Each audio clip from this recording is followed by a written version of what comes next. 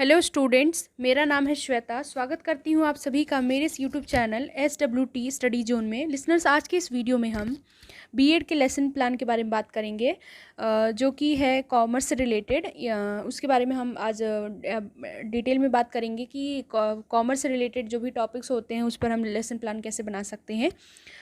ये semester third से है, बीएड सेमेस्टर थर्ड में इसको प्रिपेयर किया जाता है, यानी लेसन प्लान्स बनाए जाते हैं। तो आइए स्टार्ट करते हैं। लिसनर्स, अगर वीडियो पसंद आए तो please like share and subscribe करना ना भूलिएगा। अब आइए शुरू करते हैं। लिसनर्स, जैसा कि आप देख सकते हैं, ये प्रैक्टिस टीचिंग लेसन प्लान, पहले तो हम हेडिंग डालेंगे उसमें। उसके बाद हम डेट वगैरह मेंशन करते हैं, सब्जेक्ट मेंशन करते हैं। जैसे कि हम कॉमर्स पे बना रहे हैं तो कॉमर्स मेंशन करेंगे। टॉपिक मेरा कैश बुक है इसमें, तो मैंने कैश बुक से रिलेटेड लेसन प्लान बनाए हैं। जिस क्लास के लिए भी आप बना रहे हैं वो चीज़ें आप डाल देंगे। उसके बाद जनरल एम्स में आप चीज़ें डिफाइन कर देंगे। जैसे कि मैंने देखिए पॉइंट्स डाले हुए हैं। इसमें ज़्यादातर चीज़ें चेंज नहीं की जाती हैं, लेकिन स्पेसिफिक एम्स जो होता है, स्पेसिफिक गेम्स में हम चीज़ों को बताते हैं कि हम क्या पढ़ाने वाले हैं। यानी कि जैसे कि मैं कैश बुक की मीनिंग बताने वाली हूँ इसमें, और उसका फॉर्मेट क्या होता है कैश बुक का। तो जैसे कि आप देख सकते हैं, जो भी आप बनाने वाले हैं, अगर चार्ट शो कर रहे हैं तो जैसे मैंने चार्ट शो किया था फॉर्मेट ऑफ कैश बुक से रिलेटेड, तो ये चार्ट है, मैंने शो किया है इसमें। फिर कॉम्प्रिहेंसिव ऑब्जेक्टिव में आप बता देते हैं कि आप क्या उस चीज़ से रिलेटेड बताने वाले हैं। फिर एप्लीकेशन ऑब्जेक्टिव में आप चीज़ों को बताते हैं कैश बुक से रिलेटेड, कि वो उस फैक्ट्स को, इन्फॉर्मेशन को यूटिलाइज़ कर पाएंगे। फिर स्किल बेस्ड ऑब्जेक्टिव्स में हम डिफाइन करते हैं। मटेरियल एड में अगर जैसे मैं चार्ट यूज़ कर रही हूँ तो मैं चार्ट का बताऊंगी, और अगर आप कुछ और यूज़ करते हैं तो वो भी आप लिख सकते हैं।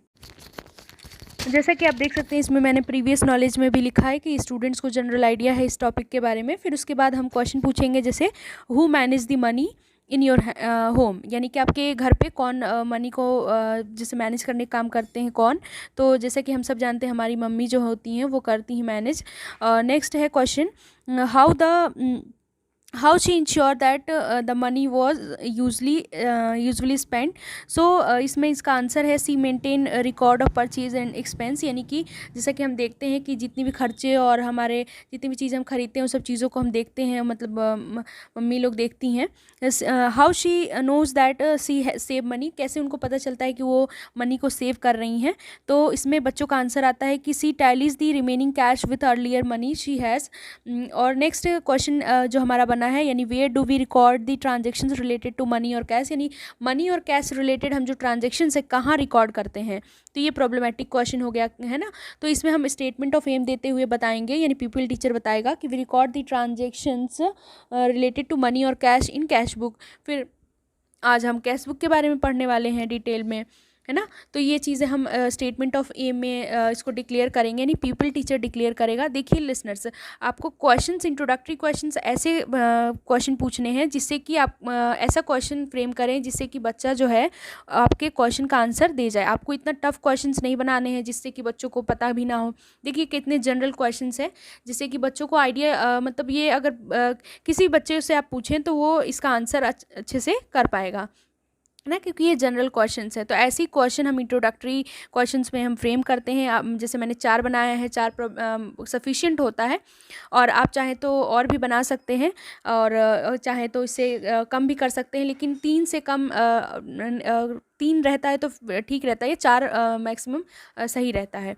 तो ऐसे करके आप लेसन प्लान में कैश बुक के लिख सकते हैं। कैश बुक तक हमको पहुंचना था, इसलिए मैंने इतने सारे क्वेश्चंस, जैसे इंट्रोडक्टरी क्वेश्चंस आप को बनाने होंगे कैश बुक से रिलेटेड। अगर आप दूसरे क्वेश्चंस फ्रेम कर रहे हैं तो बस इतना ध्यान रखिएगा कि लास्ट में जो प्रॉब्लमेटिक क्वेश्चन है उसका आंसर जो आए वो आए कैश बुक से रिलेटेड। नेक्स्ट पे चलते हैं। फिर उसके बाद हम देखिए, हम टीचिंग पॉइंट में जो हमारा कैश बुक है तो कैश बुक लिखेंगे। उसके बाद एक्सपेक्टेड बिहेवियर चेंज में हम ये बताएंगे कि हम कैश बुक के बारे में, मतलब स्टूडेंट जो है उसको समझेंगे, उसकी मीनिंग को डिफाइन कर पाएंगे।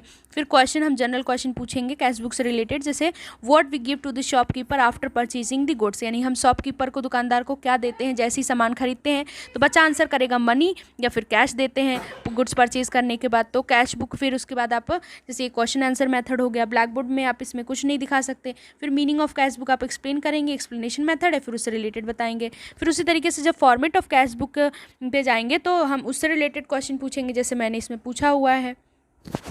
उसके बाद लिसनर्स हम फॉर्मेट ऑफ कैश बुक के बारे में बता रहे हैं। तो जैसे मैंने पीछे क्वेश्चन पूछ लिया इससे रिलेटेड, फिर फॉर्मेट ऑफ कैश बुक में कितने कॉलम्स होते हैं वो चीज़ें हम बताएंगे, है ना। फिर उसके बाद हम जैसे पहला कॉलम होता है डेट का, तो हम डेट से रिलेटेड क्वेश्चन पूछ लेंगे। जैसे मैंने ये इसमें पूछा है, what first thing teacher right on the board when she entered in the class, यानी कि टीचर सबसे पहले क्या चीज़ लिखती है जब वो क्लास में एंटर करती है। तो पहले वो क्या लिखती हैं, डेट लिखती हैं ब्लैक बोर्ड पे, है ना। तो ये क्वेश्चन आंसर मेथड हो गया। फिर उससे रिलेटेड हम बता देंगे कि डेट में क्या चीज़ें आती हैं, और फिर डेट में जैसे मैंने इसमें स्टूडेंट्स को समझाते हुए बोला है 2018 मार्च 1 एंड मार्च 2, ऐसे हम फ्रेम करते हैं, यानी ऐसी चीज़ों को हम मेंशन करते हैं।